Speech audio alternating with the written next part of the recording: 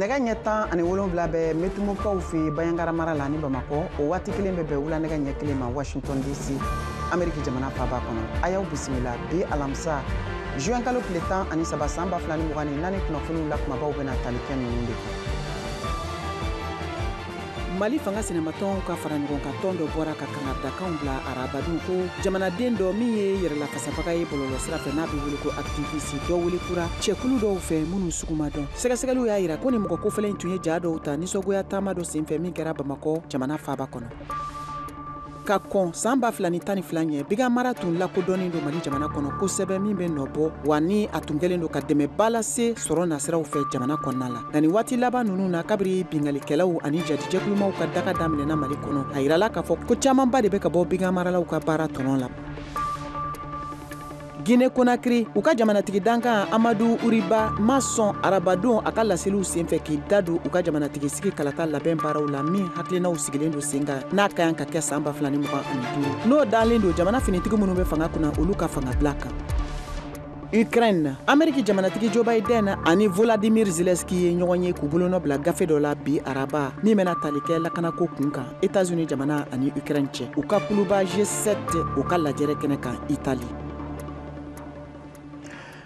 Ka nani Malikura kunnafoniw ye fanga sɛnɛmatɔnw olu ka fara ɲɔgɔn kan tɔn min n'a bɛ wele ko Synergie d'Action pour le Mali olu ye tabale gosi kunu araba ka mankan dɔ bɔ min bɛ tali kɛ Mali kɔnɔ yɛrɛlafasala dɔ n'a bɛ wele ko activiste o ka minɛli kan ni mɔgɔ kofɔlen n'o ye Yeri Bokum ye minɛna cɛ kulu dɔw fɛ ko minnu sugu ma se ka dɔn Bamakɔ dugu kɔnɔna la o kama walasa an ka se ka sɛgɛsɛgɛli kɛ VOA Bambara y'a bolo manabɔ Yusuf Sisoko nɔfɛ kunnafoni sɛnsɛnna do ka bɔ Bamakɔ ale bɛna ka na an ka ɲininkaliw jaabi. Yusuf i n'u la. I n'u la Mariam. Bisimila. Ni waati in na i bɛ se k'a fɔ an ye aw ye kunnafoni jumɛn sɔrɔ ni maa kofɔlen n'o ye Yeri Bokum ale ka minɛli kan. Ok Mariam b'i fɔ n bɛ VOA Bambara la mɛnbaga bɛɛ fɔ.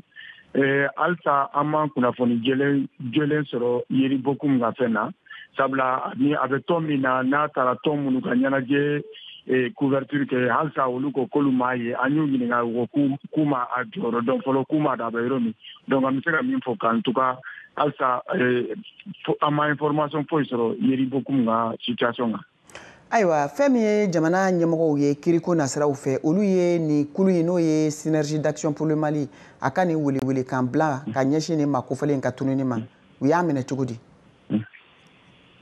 Ok, i y'a fɔ Synergie d'Action pour le Mali o ye tɔn ye tɔn min jɛkulutɔn min dɔn olu y'a jira k'olu bɛ bɔ juin kalo tile 7 u bɔra wa u bɔlen k'u b'u ka dusumakasa jira n'o ye énergie ko ye n'o ye vie chère ye gɛlɛya minnu bɛ jamana kɔnɔ an y'a ye o sen fɛ kunnafonidila dɔw taara mais kɛrɛnkɛrɛnnenya la Yeri Bokum n'o i yɛrɛ y'a f'i ka kuma n'o ye activiste ye an y'a jateminɛ o fana tun bɛ yen donc o de ɲama dɔn halisa parce que k'u taara a caron ka bɔ u ka so o tununa halisa ɲama dɔn u kɔni y'a jira tiɲɛ yɛrɛ la k'o ye fɛn ye fɛn min n'o bɛ dankari kɛ démocratie la n'o bɛ dankari kɛ liberté d'expression na k'olu b'a ɲini jamanadenw fɛ jamana marabagaw fɛ ko u k'a kɛ cogo bɛɛ la pour que a ka se ka ye wa olu fana olu minnu ye tɔn in ɲɛmɔgɔ ye k'u y'a jateminɛ k'a fɔ a bɛ komi olu ka sow ko maaw dɔw bɛ to ka munumunu o so ninnu da fɛ k'olu ye fɛn ye fɛn minnu ye a bɛ komi mɔgɔ bagabaga de don n'a bɛ f'o ma intimidation wa k'u b'a ɲini jamana marabagaw fɛ ko sariya sunba ye min fɔ o ye de ka jamanaden bɛɛ lakana k'olu bɛ vraiment u b'o de ɲini jamana marabagaw fɛ u ka bɛɛ lakana wa u ka nin fɛn sugu dabila parce que démocratie tabiya tɛ. Ayiwa kuma laban jumɛn b'i bolo min bɛ tali kɛ ni maa kofɔlen ka welikuli kan dakuruɲa damadɔ? Oui, kuma laban min bɛ n bolo o ye de comme an bɛ sariya jamana de kɔnɔ n'i bɛ sariya jamana kɔnɔ maa si tɛ min bɛ sariya sanfɛ n'a y'a sɔrɔ Yeri Bokum a ye fɛn de kɛ min bɛ dankari kɛ sariya la tiɲɛ la a bɛ fɔ min ma tubabukan na u ka affaire judiciarisée u ka se ka présenter procureur dɔ la u ka se ka a nɔ minɛ o ka fisa mɔgɔw ka tunu ta parce que n'a tununa ta a bɛ se ka kɛ peut-être an bɛ ka minnu soupçonner olu tɛ a bɛ se ka kɛ maa wɛrɛ ye a bɛ na ni fɛn ye jamana kɔnɔ fɛn min tɛ fɛn ɲuman ye démocratie ko de état de droit de cogo o de ko fɔ ka donc vraiment u k'a kɛ cogo bɛɛ la nin fɛn sugu min na dabila jamana kɔnɔ o de bɛ kɛ sababu ye ka jamana basigi. An ka foli b'i ye nin tun ye Yusuf Sisoko ka laseliw ye kunnafoni sɛnsɛnna don ka bɔ Bamakɔ. ka tɛmɛ ni kunnafoniw ye seliba ɲagaɲaga o labɛn baaraw bɛ senna min n'a bɛ wele ko sagadun seli n'a bɛ kɛ diɲɛ fan bɛɛ alisilamɛw fɛ i n'a fɔ a bɛ kɛ Mali kɔnɔ cogo min na nka a yirala k'a fɔ sariya dɔw ani laadalasira dɔw bɛ yen min bɛ kɛ i n'a fɔ sunan ani farida ni o sigira kira sallallahu alaihi wasallam ale fɛ min bɛ tali kɛ lahiya fagali kan a nafa ye mun ye kun jumɛn de la lahiya kan ka faga walasa ni ɲininkali ninnu ka se ka jaabi Sheikh Ismail Tangara ale ye diinɛ dɔnbaga ŋanaba ye ka bɔ kalabankurakaw fɛ ale ye nin ɲininkali ninnu bɛɛ lajɛlen jaabi VOA Bambara ka kunnafoni dila Mariam Kuyate ka kuma barani na ka bɔ Bamakɔ. Assalamu alaikum wa rahmatullahi wa barakatuh. Ala ka hero kan ka sema ka salaba ka amusaka ka bele jila kra hormo ko so na suru hormo ko so la ta dore na chugum fe Nabila Ismail wulu fa no Nabila Ibrahim ye ay lawro kan do Allah ma kona la kale ka bi aldinga ka bo kante donc manam na ka bi na dinga kante ka kuma la surana ala ye sakajigi do blakana mele ko ka srafe kana dama ka ko ka dinga kuma bo donc o de kala lay o fala do mi fana o fala ka be serba kalo kleta ndema donc la yɛrɛ nasra adana cogo fɛ kuma na surana o de ye Aiwa saga kanyi layala nga saga sugu jumɛn de ko fɔlen don wa an b'a ye fɛnɛ bagan sugu wɛrɛw bɛ faga maaw fɛ ka kɛ laya ye yala o dangani don wa labu bɛ saga sagala a tɛ kɛ o ye bon a kana ka saga min fana pasalen don kojugu k'a pasa fo ka taa pasa o fana o tɛ k'a ye wa saga kɔfɛ ba fana bɛ se ka k'a ye mais ba fo ba ka don san kelen ani dɔɔnin kɔnɔ dɔw ko san fila fo ba ka don kɔnɔ bon misi fana o bɛ kɛ laya ye fo misi fana ka don misi san fila ka se san saba ma ɲɔgɔmɛ ale ye san duuru ye nin bɛɛ bɛ kɛ laya ye saga ba misi ani ɲɔgɔmɛ laya ye nka min ka ɲi n'a bɛɛ lajɛlen o de ye saga ye. Karamɔgɔ an ka ɲininkali sabanan o bɛ tali kɛ laya faga yala muso ni cɛ bɛɛ lajɛlen dama ka kan a fagali la wa laya o kan ka faga maa fɛ k'i si to san joli la. I ka kosɔn jala kosɛbɛ laya bɛɛ ka k'a la n'i kɛra baliku kɔni i kɛra muso ye i kɛra cɛ ye n'i kɛra baliku kɔni laya faga n'a se b'i ye i b'a bɔ wala siko ta a la k'a fɔ i ye san 20 de san 30 san 60 la n'i balikuya dɔrɔn balikuya min ye an hakili la silamɛw b'o dɔn ni muso sera ni muso bolo donna ka kalo labɔ la o ye i balikuyalen ɔ cɛw fana ta bɛ yen nɔ wala i mana balikuya dɔrɔn o ye laya n'a se kule i b'a faga ala k'an bɛɛ sawa ma cɛ ka kan na muso dama ka kan na wa bagan faga la muso bɛ se k'a faga cɛ bɛ se k'a faga kuma dɔ la muso ka hinɛ ka bon o de b'a to muso bɛ a di cɛw ma k'a faga n'o tɛ cɛ bɛ se k'a faga cogo min na muso fana bɛ se k'a faga o faga cogo fana na baasi foyi t'a la inshallah. An b'a ye fɛnɛ seliw masurunya na boliboli caman bɛ kɛ dutigiw fɛ yaasa ka se ka u ka laya saga yɛrɛ sɔrɔ e yɛrɛ bolo jagoya de a bɔli ye wa n'a ma ɲɛ k'a fɔ ko sunna don. Laya faga tɛ jagoya ye ka taa a faga k'a sɔrɔ se t'i ye silamɛya ye o bɛn ka bɔ bɛɛ lajɛlen kan wa hali n'a se b'i ye sira dɔ parce que o b'a sɔrɔ dɔw bɛ yen sa wari t'a bolo nka a bɛ baara la a bɛ kalo sara baara la bon o bɛ se ka bagan yɛrɛ juru ta parce que ale bɛ baara dɔ la déjà a bɛ sara o la kalo la n'o baara in b'a permettre a ka se ka laya juru ta k'a sara baasi foyi t'a la mais ni ale tɛ baara fosi de la donc jigiya ta ye foyi t'a ye wari jigiya ta ye donc bagan faga bɛ bin ka bɔ o tigilamɔgɔ kan mais kuma dɔ la laya ma nɔgɔya e m'a sɔrɔ ka bɛn ni tile fɔlɔ ye mais tile filanan i bɛ se ka solution dɔ sɔrɔ i bɛ se ka laya sɔrɔ i bɛ seli yɛrɛ tile sabanan i bɛ se k'a sɔrɔ donc n'i y'a saba a sɔrɔ tile sabanan fɛn fɛn kɔnɔna na i b'a faga tile saba de b'i bolo i ka se ka laya faga ala k'an bɛɛ sawa ma ala ka a se n'u ka bɛɛ lajɛlen. ka tɛmɛ ni seliba seli lahalayaw ye an bɛ taa Burkina Faso bawo tile saba o de bɛ alisilamɛw ni seli ɲɛnamayali cɛ nka sɛgɛsɛgɛliw y'a jira k'a fɔ bobojulasokaw fɛ laya sɔngɔ o ka gɛlɛn kosɛbɛ ɲɛna min bɛna sɔn ka kɛ sababu ye ka degun lase denbayatigi caman ma u ka se ka laya faga ka di u ka denbayaw ma bobojulaso Ali Dowe Drago VOA Bambara tɔgɔ la. Saga da ka gɛlɛ cogo min bobojulaso seliba ɲakɔrɔla na laya fagalaw olu da ka teli ka dɔgɔya tɛrɛnba dara Abdoulaye Zungurana nana saga ɲini yɔrɔ a tun bɛ fila lo fɛ nka a ma se. Saga i mana saga min ye 30,000 20,000 kɔ 40,000 kɔ 15,000 saga n'o nana fɔ k'i y'a san 30,000 ɲɔgɔn kɔni sincèrement de a ma nɔgɔ. Abubakar Drabo ale nana ko a bɛna fa baraji ɲini ni seliba saga ye. Bon an nana saga kɔni ka gɛlɛn tiɲɛ fɔ ka di Ala ye saga parce que fɔlɔ la saga i bɛ se ka saga ɲɛnama sɔrɔ belebele wari nɔ mana mɛ sisan saga kɔni a tɛ se ka saga ka gɛlɛn parce que ko jamana ɲagaminen don ko kɛlɛ bɛ dugufɛ daga la donc mɔgɔ tɛ se ka na ni sagaw ye tugun donc Burkina bi gɛlɛyara quoi an bɛ se ka kuma ni gouvernement fɛ n'o bɛ se ka dɔ bɔ o ka essayer ka solution sɔrɔ nin ko in na quoi pour que fɛn sɔngɔ ka jigin parce que wari tɛ jamana kɔnɔ. Saga bɛ lahara dɔ la bi min tɛ se ka lakari. Rashid Sanu o ye saga feerela le ye. Saga ni sɔngɔ yɛlɛlen de ye yan tɛ Congo kɔnɔ don n'an k'an bɛ taa ta Congo la fana ka na sɔngɔ yɛlɛ jihadiste ko nin kama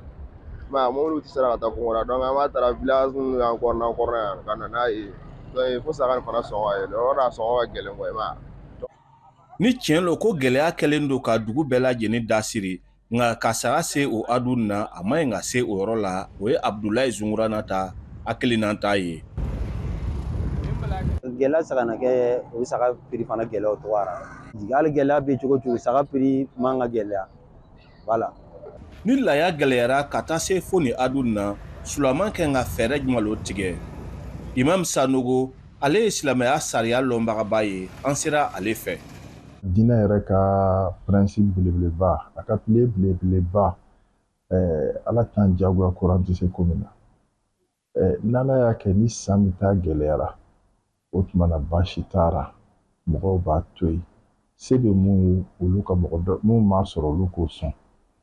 parce que o b'a fɔ ko lahiya ko sunna lo sunna kɔrɔ ye min ye prophète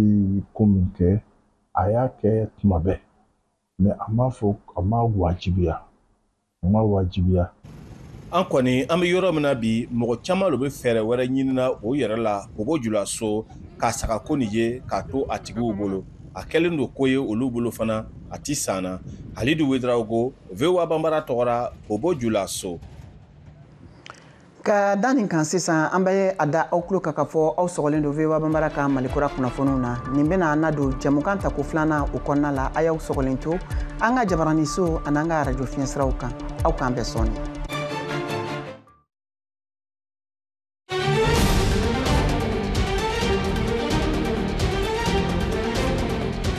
Kɔlɔsi ye a yira an na waati ninnu na k'a fɔ ko furusa cayalenba don Mali la hakaja denbaw bɛ u seko damayira bɛɛ lajɛlen kɛ ka dakabana musakaw kɛ denmusow ka furulikow la mun de nana ni o waleyaw ye an ye baro sigi kɛ a kan VOA Bambara ka an b'a fɔ kɛnɛ kan baro kun fɔlɔ ala tɛmɛna juma tɛmɛnen na awa baro tako filanan o kɛnɛ bɛna sigi Kayatu Tarawele ani Mariam Tarawele fɛ juma nata la juin kalo tile 14 na nɛgɛ ɲɛ 19 ka taa bila a ɲɛ 20 na ni an ka invité spécial Burama Sumanu ani Nayini Jabati ne mɔgɔ minnu bɛ fɛ ka don jɛmukan in kɔnɔna la aw se ka an bataki an ka kunnafoni siraw fɛ Facebook kan walima an ka WhatsApp siraw fɛ a émission a bɛ lase kokura aw ma sibiri ani karidon na wulanɛgɛ ɲɛ 17 a n'a a ɲɛ 18 cɛla la.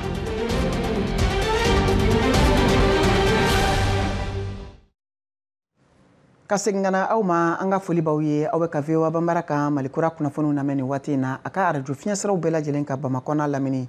ka tɛmɛ ni kunnafoniw ye hali bi Bigan mara o tun nafa ka bon kosɛbɛ Mali jamana kɔnɔ kabiri lawale la wa min kun kɛlen don ka yiriwali sirabaw dayɛlɛ sɔrɔ nasiraw fɛ nka sɛgɛsɛgɛliw y'a yira k'a fɔ ko kabiri san 2012 waati jɛkulu maramafɛntigiw olu ka daga sigili jamana kɔnɔna la kɛra sababu ye ka gɛlɛya don nin baara in na kosɛbɛ min ni jamanadenw caman bɛ k'u yɛrɛ ɲininka a kuɲɛ la. Mokhtar Bari VOA Bambara tɔgɔ la ale ka sɛgɛsɛgɛli sera o ma bi a ye kunnafoni minnu sɔrɔ ka an sama an k'o lamɛn. Ni Mali tun jatilen lo bagamara jamana ye lakanabaliya o min ɲɔ ɲalen lo cɛncɛnkan jamana kan o kɛlen ka gɛlɛyaba lase bagamaralaw ma ni kɛmɛ sara la olu bɛ sɔrɔ layɛlɛ kɛmɛ sara la 19 kɔrɔlen ni bagamaralaw tun bɛ siraba minɛ ka taa Mali kɛrɛfɛ jamana kɔnɔ i n'a fɔ Sénégal ani Côte d'Ivoire seliba ɲɛkɔrɔlaw la ka kɛɲɛ ni jatigɛ wale min ɲɔ ɲalen lo jamana kɔnɔ NDB Bokum ale bɛ wuli ka jɔ kɛ hali bi ka taa sugu kelen ni mi Mali camanciya fan fɛ bagan yala sen na o banna an taa Mopti ani kɛrɛfɛ suguw la walasa ka se ka dɔɔni ɲini o bɛɛ jɔlen no an tɛ se ka taa dɛrɛ an taa fo ɲɔnɔ de n'o ni Bamakɔ cɛ bɛ taa kilomɛtiri 289 na walasa ka baganw ta ni ka taa n'u ye Bamakɔ. jatigɛ wale kɛbagaw ani dugu lakana cɛdenw tɛgɛdenw ni ɲasinen le olu ma kojugu min bɛ ta ka ɲasin bagamaralaw ma Usman Mayiga ale bɛ nin baara nin na a bɛ san 30 bɔ a b'i da don nin baara nin gɛlɛya la. Ne sera ten fo i k'a don camion la k'a don camion ou bien k'a don car la camion i ko i b'a bɔ mɔti yɛrɛ la min na ka nana yan nɔ n'i ma se 100 kɛmɛ seegin ma saga kelen o kelen 100 100 fɔlɔ la an bɛ se ka camion ta mɔti ka na n'o 60 80 an bɛ se ka saga 200 kɛ camion kɔnɔ bon an mina nana an bɛ se ka a wari tila sagaw ni ɲɔgɔn cɛ i b'a sɔrɔ a tɛ se ka tɛmɛ 200 250 mais bi n'i ma se 500 160 ba o b'a fɔ gasoil gɛlɛya. Mali la kɛmɛ sara la maa 80 ni kɔ bi baganmarala kɛ. Lakanabaliya min bɛ jamana camancɛya fan fɛ o kɛlen lo ka gɛlɛyaba lase baganmara ma Mali kɔnɔ. N'a kɛlen lo sababu ye ka dɔ fara sagasɔngɔ kan. NDB Bokoum n'ale ye baganmarala ye ani Samba Sise ale ye Bamako Garbalba ɲɛmɔgɔ ye olu b'o da dɔn nin kuma in na. Fo jamana ka kɔsin an baganjulaw ma an b'a ɲini jamana ɲɛmɔgɔw fɛ u kana an ni maa bamati ninnu suma ɲɔgɔn ma ni ala sɔnna ma ni basigi segira ka na ko bɛɛ lajɛlen bɛ taa tugu kɔrɔ la nka yan'o cɛ an b'a ɲini jamana ɲɛmɔgɔw fɛ u k'u hakili to anw ani an ka baganw la.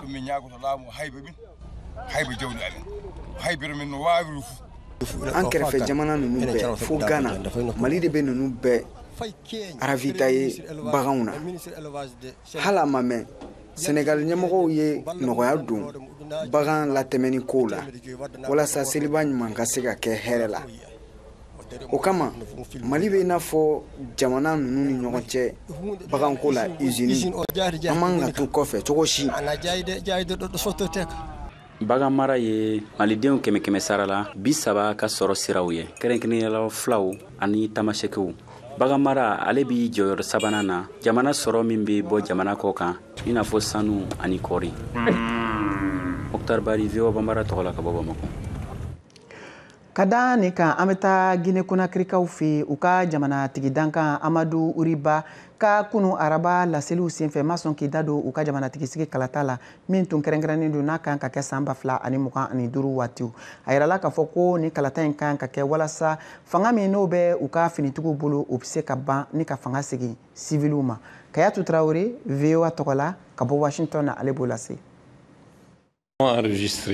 Amadu Uriba ye a yira k'a fɔ ko kalata sɛbɛn bɛɛ b'i yɛrɛ ye min kɔnɔna na ne sɔsɔli tɛna bɔ min na fiyewu minnu kɛra fitinɛba waliyaliw sababu ye ka tɛmɛ ka kan ka labɛn fɔlɔ. A ko vote fɛnɛ kan ka kɛ sariya sunba ka bayɛlɛmaliw kan sani san 2024 laban waatiw cɛ i n'a fɔ sɔrɔdasi fangatigi General Mamadi Doumbouya ye layidu di cogoya minnu na. A ko ne tila kɛra sariya sunba danatigɛli la waati min na a baara tɔw bɛ se ka kɛ bɛnkan kɔnɔna na ko sabila gɛlɛya fɛn fɛn bɛ a taabolow la ka kɛɲɛ ni sariya ye o bɛɛ bɛ kɛ kɔfɛ ko ye a ka sɛbɛntiyaliw la Radio France International kan. Nka siɲɛ caman a ɲiningali senfɛ a ma sɔn ka garanti di kalataw lawaleyaliw kan ka bɛn ni san 2025 waati ma ye. Ale kelen nin de tun ye a lakodɔnniya mars kalo camancɛ fan tɛmɛnen ninnu na k'a fɔ ko sɔrɔdasiw tɛna sɔn ka fanga labila civiliw ye sani san 2024 laban waatiw cɛla la. Duniya dɛmɛbagakulu olu ka jagoyaliw n'u ka tintiliw kɔrɔla la k'u ka kan ka fanga mara fo ka se san 2025 laban waatiw ma. A y'a yira k'a fɔ ko kunnafoni di so wɔɔrɔ minnu datugura fanga fɛ mɛ kalo waati ninnu na ɲangiliw kan ka to u kan. Ne tɛna n da don o taabolo la a ka fɔ la sabila n k'ara dali o kunnafoni so ninnu na minnu ne mɔgɔw b'a a lamɛn kosɛbɛ fanga fɛ kɛra wulikajɔ nisɔngoyaba sababuyaw ye ka tɛmɛ. Amadu Uriba kumana CEDEAO ani Alliance des États du Sahel AES Mali ni Burkina Faso ni Niger ka kulu sigilen fɛnɛ kan. A ye a yira k'a fɔ ko kulu fila ninnu tɛ fademaw ye ko wa k'u bɛ se ko ka ɲɔgɔn dafa fɛnɛ baaraw ta sira kan. Ameriki jamanatigi Joe Biden ani Ukraine jamanatigi Volodymyr Zelensky ye u bolonɔ bila gafe dɔ la min kɛra bɛnkan ye u fɛ bi alamisa. A kun de kɛra ko walasa ko ka se ka lakana kɛlɛbolo siraw jiji États-Unis ani Ukraine jamana cɛ. Waliya in kɛra bi alamisa u ka lajɛrɛba G7 o kɛnɛ kan min bɛ ka kɛ Italie. A yirala o senfɛ k'a fɔ ko bagabagali siraw don walasa ka se ka Rusila jamana bolo da kɔ kɛlɛ min n'o bɛ senna u ka se ka ban. États-Unis jamana kɔni y'a yira k'a fɔ ko ale ka kɔkɔrɔdonni o bɛ sanga ni waati bɛɛ lajɛlen ka taa Kiev o jamana ma. An bɛ tɛmɛ ni kunnafoniw ye hali bi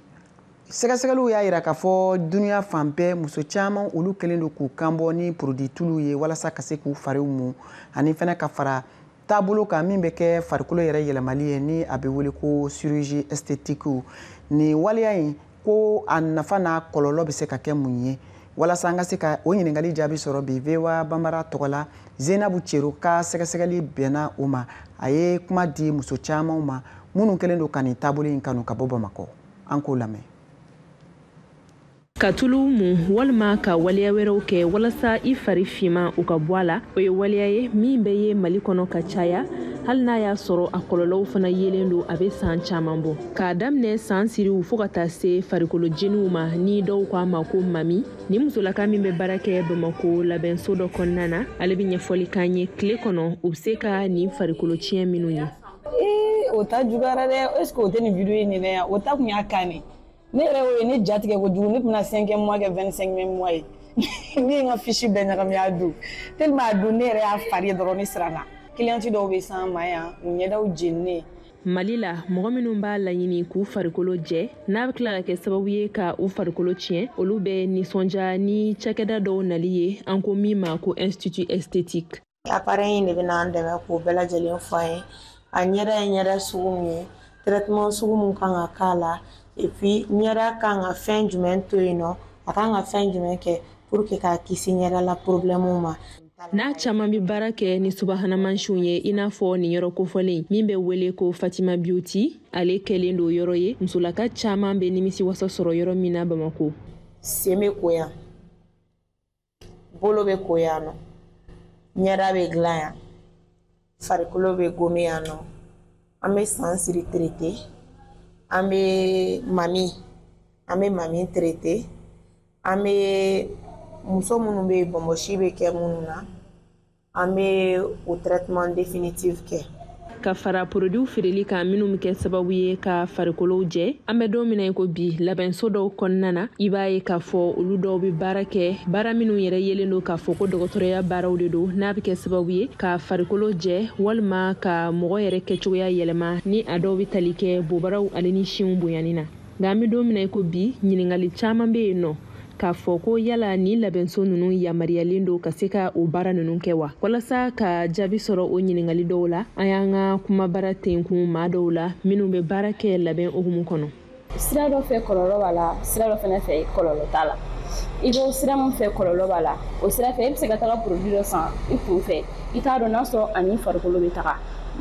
produit dɔw fɛnɛ bɛ yen nɔ I b'a sɔrɔ périmé don I bɛ taga ta I b'a k'i ɲɛda la a bɛ se ka bitɔn bin ɲɛda fan bɛɛ la. O de kama dɔgɔtɔrɔw tɔgɔla cakɛda kɛrɛnkɛrɛnnen min bilala sen kan ni an ko a ma ko Conseil national de l'ordre des médecins ale ye wulikajɔw sabati walasa ka tɛgɛ kɛ labɛnso ninnu ma ɲɛmaa dɔw la min yɛrɛ la a dɔw yɛrɛ bɛ sariya tigilamaw ka bolo kan. Sira dabilali ye sa minnu kɔni bɛ baara kɛ cɛɲa ale ni labɛnw kan olu kana baara kɛ kɛnɛyako fan fɛ bɛɛ lajɛlen ka baara kɛ I ka dɔnniya ale n'i ka yamariyaw kɔnɔna na bawo n'i y'a jateminɛ ɲagamini baara ninnu a mɛnna. Ka kalan kɛ ka tɛmɛ ni nin baara ninnu ye o nafa ka bon kosɛbɛ o fana de la kalanso caman bilalen don sen kan minnu bɛ kalan kɛ labɛn cogoyaw kan o kalanso ninnu na an sera centre Marie Ɲare la. Magaji cabinet turu depuis ne tɛ tan bɔ magaji cabinet turu min o dɔrɔn de y'a to ne sera yan ne tun bɛ école la ne ye école bila ɲɛfɛ magaji de cabinet o de la ne nana magaji la. Ale base d'aloe vera I b'o fana appliquer client ɲɛna. Nin yɔrɔ kofɔlen in na I b'a ye kalanw bɛ kɛ ɲɛda ale ni senw dilanni kan I n'a fɔ cakɛda in ma ɲɛmaa dɔw b'a lase cogo min na centre Marie Ɲare kalan bɛ kuncɛ ni jɔnjɔn dili ye jɔnjɔn min yɛrɛ lakodɔnnen don Mali jamana ale ni yɔrɔ wɛrɛ taw fɛ nka ka fara o kan u b'a sɛmɛntiya k'a fɔ ko olu ka kalan ko o bɛ yamariya ka baara kɛ ka dan hakɛ dɔ de la I ka dɔnniya bɛ baara min kɔnɔ.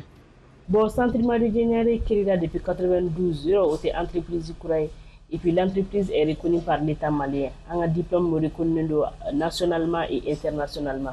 En formation dans les balais manga teminka. Il a fait une formation qui a fait centre Marie la kalam banabe fait qu'il y a hors d'aile. Il est marié lui qui a mon nez dans nettoyer car no voilà. Il est marié lui qui a mon si un kukaje car no voilà. En dehors de ça, même sur les réseaux sociaux, une formation j'ai amené que centre Marie là. Ka tɛmɛ ni nin waati laban in wulikajɔw ye min ye ka labɛnso dɔw ma ɲɛmaw minɛ ni k'u bila sariya ka bolo kan Fatumata ɲɛntaw bɛ dugawu don kɛ ko Ala ka jisuma ka fura ye ka fara o kan a bɛ wele bila a yɛrɛ ɲɔgɔnna labɛnso baarakɛlaw ma u ka se ka fara ɲɔgɔn kan walasa ni kungo ye min sɔrɔ u ka se ka ɲɔgɔn dɛmɛ an ka essayer ka fara ɲɔgɔn kan ka jɛkulu sigi hali ni problème bɛ yen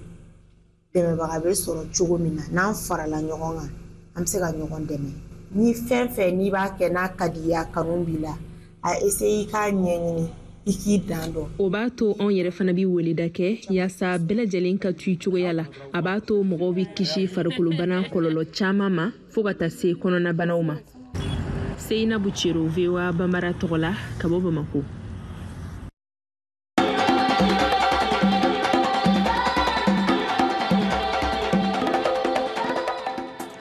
Ka da nin kan sisan Siyaka Tarawele ka farikolo ɲɛnajɛ kunnafoniw an ka jɛ an k'o lamɛn ɲɔgɔn fɛ. An ka munumunu salo y'an lase Lasafutu centre la bi u bɛ sɛdɛntɔlɔntan degeliw kɛ Bamako Jelibugu Angers terrain na Lasafutu jalatigi Masama Baloba san 6nan na an ka lamɛn. Ni yɛrɛ ye ne san 6 sɔrɔ a kɔrɔ b'a jira k'a fɔ équipe ka ɲi ni équipe ma ɲi tɛ san 6 sɔrɔ depuis n nana Lasafutu kɔnɔna la n ye ko caman dɔn balontan na ni réalité caman ye ni ko caman faamuya balontan na coach ye ko caman yira n na ni maturité sɔrɔ. I n'a fɔ jumɛn misali la. Bon ne ye faamuyali caman sɔrɔ balontan na fɔlɔ n kun bɛ dimi sisan n y'o dabila bon coach bɛ kuma n fɛ balontan pressé tɛ n ka taa dɔɔni dɔɔni étape par étape dans les jours à venir ne fɛ kɛ footballeur professionnel ye n'Ala sɔnna. Ka taa min. Bon ne fɛ ka taa Europe de ka di n ye. Lasafutu degeli karamɔgɔ dankan Modibo Sise ka fɔ la sɛdɛntɔlɔntana denmisɛnnin mɔgɔ 40 kunkan fɛn de bɛ u ka bolo kan a b'a to denmisɛnninw tɛ ko kuntan kɛ ma sɔrɔ an ka lamɛn. Denmisɛnninw bɔ kare kɔnɔ drogue ni banditisme parce que balontan ka di ye. Lasafutu tɔgɔ dara a tigi de la n'o ye Lasana Fane ye Joliba Athletic Club sɛdɛntɔlɔntana kɔrɔ don ani fana a ye ntɔlɔntan Mali kɔ kan a y'a yira ko denmisɛnninw ni dɛmɛ ka kan. Ka dɛmɛ de ɲɛsin walidenw ma o de nana ni centre in dilanni centre in dayɛlɛ kun tɛ dɔwɛrɛ n'i y'a jateminɛ an bɛ ɲɛ walidenw ma an b'u mara bɔ ko caman na denmisɛnninw na wagati min kɛ ne bolo i tɛna mɛn k'u bɛ bingali la i tɛna mɛn k'u bɛ suɲɛni na i tɛna mɛn k'u bɛ mɔgɔ faga la o wagati la donc o wagati la u bɛ kuma min mɛn u bɛ bonya kuma de mɛn u bɛ mara kuma de mɛn u bɛ siniɲɛsigi kuma de mɛn donc hali ka da o yɛrɛ ma ne bɛ se ka fɔ n ye wasa sɔrɔ. E bɛ se ka hakili jigin club minnu kɛ ka tɛmɛ ka fara Joliba ni Mali club kan. Bon ni club caman kɛ n y'a daminɛ Joliba la n bɔra Joliba la n taara Elmeric de Soudan na n bɔra Elmeric de Soudan na n taara Libi n bɔra Libi n taara Kuwait n bɔra Kuwait n taara Arabie Saoudite n bɔra Arabie Saoudite n nana Maroc n bɔra Maroc n tilala ka taa Arabie Saoudite. Amadou B Traoré n'a bɛ wele coach kɛlɛ ale ye Lasafutu kanu kosɛbɛ. Anw bɛ min na fɔ équipe tigiw de ye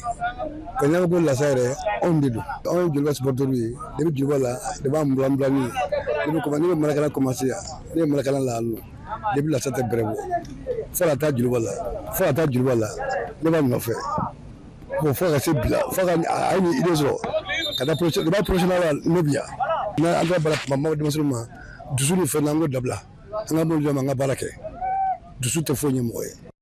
Baara bɛ sen na Lasafutu la. Ayiwa an balimaw an ye min sɔrɔ ka di aw ma bi VOA Bambara ka Malikura kunnafoniw kɛnɛ kan o de tun ye nin ye.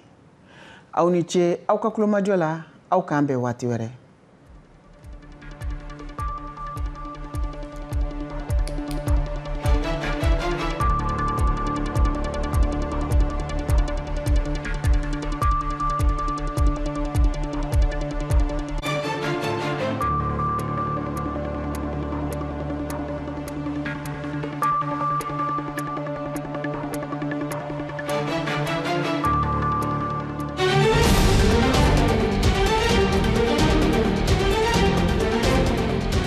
kɔlɔsi ye a yira an na waati min na k'a fɔ ko furusa cayalenba don mali la hakaja denbaw be u seko damayira bɛɛ lajɛlen kɛ ka dakabana musakaw kɛ denmusow ka furulikow la mun de nana ni o waliyaw ye an ye baro sigi kɛ a kan VOA Bambara ka an b'a fɔ kɛnɛ kan baro kun fɔlɔ ala tɛmɛna juma tɛmɛnen na awa baro tako filanan o kɛnɛ bena sigi Yayatu Tarawele ani Mariam Tarawele fɛ juma nata la juin kalo tile 14 na nɛgɛ ɲɛ 19 ka taa bila a ɲɛ 20 na ne an ka invité spécial Burama Sumano ani Nayini Jabati ne mɔgɔ minnu bɛ fɛ ka don jɛmukan in kɔnɔna la aw se ka an bataki an ka kunnafoni siraw fɛ Facebook kan walima an ka WhatsApp siraw fɛ a émission a bɛ lase kokura aw ma sibiri ani karido na wulanɛgɛ ɲɛ 17 a n'a a ɲɛ